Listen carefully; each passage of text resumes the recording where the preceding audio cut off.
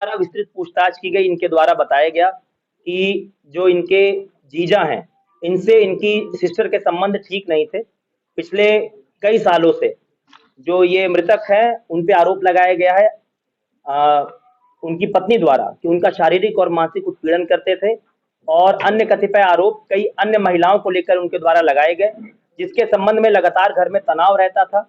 इसी उद्देश्य से जो ये आरोपी है देवेंद्र और उसकी सिस्टर भावना, जो मृतक की पत्नी भी है, इन लोगों ने षड्यंत्र रचा था कि अब इसको रास्ते से हटाना है, और इसी षड्यंत्र के तहत इस घटना को इन्होंने कारित किया था। और पिछले करीब 2-2.5 महीने पूर्व से ही इनकी ये प्लानिंग चल रही थी, जिसके तहत इन कपड़ों को इसने इंतजाम किया था, अवैध असलहे का इंतजाम किया था, इस साइकिल का भी इंतजाम किया था, और जीपीएस ट्रैकिंग डिवाइस मृतक की गाड़ी में पूर्व में ही फिट कर दिया गया था। इस घटना का अनावरण करते हुए इन दोनों को गिरफ्तार करके आज जेल भेजा जा रहा है, और घटना का अनावरण करने वाली जो पुलिस टीम है, उसको हमारे पुलिस आयुक्त महोदय द्वारा 25,000 रुपए के नगद पुरस्कार से पुरस्कृत करने की घोषणा की गई है।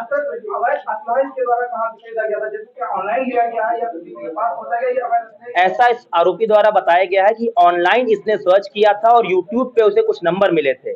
उनमें से करीब 10-15 नंबर जब इसने ट्राई किया, तो उसमें से कोई एक नंबर ऐसा इसको मिला जिसने इसको अवैध असलहा देने की हामी भरी, और उसी के क्रम में कानपुर जाकर इसके द्वारा अवैध असलहा खरीदने की बात बताई गई है। इसको पुलिस अभी वेरीफाई कर रही है। ये प्लानिंग कब से करी जा रही थी हत्या की? करीब 2-2.5 महीने। और किस तरीके से उसने प्लान किया था, किस चीज को देख के प्लान किया था? क्योंकि जिस तरीके से आप द्वारा बताया गया है कि कई महीनों से प्लान कर रहा था, जीपीएस ट्रैकिंग डिवाइस लिए गए थे, तो किस तरीके से, कहाँ से इतना दिमाग लाया ये?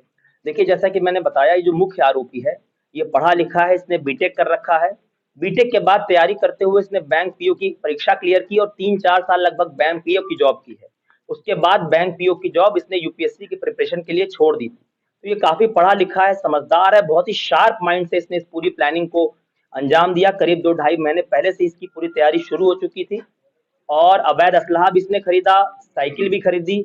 साइकिल का इस्तेमाल इसने इसलिए किया क्योंकि उसको ऐसा लगा कि साइकिल पे कोई शक नहीं करता है आमतौर पे, और इसकी बात सही भी थी। आमतौर पे जब चेकिंग भी होती है तो साइकिल को लोग उस तरह से चेक नहीं करते हैं संदिग्ध मान के, किंतु सीसीटीवी कैमरों का जो स्पेशली जो पिछले 2-3 महीनों में अभियान चलाया है लखनऊ पुलिस ने, और कई जन सहयोग से सीसीटीवी कैमरे लगाए गए हैं, उसका लाभ हमें इस घटना के अनावरण में बिल्कुल मिला है, और इस तरह से इस पूरी घटना का हमने खुलासा किया है। इसने चालाकी के तहत अपना खुद का मोबाइल फोन भी घटना के समय अपने घर पे छोड़ दिया था, और घर के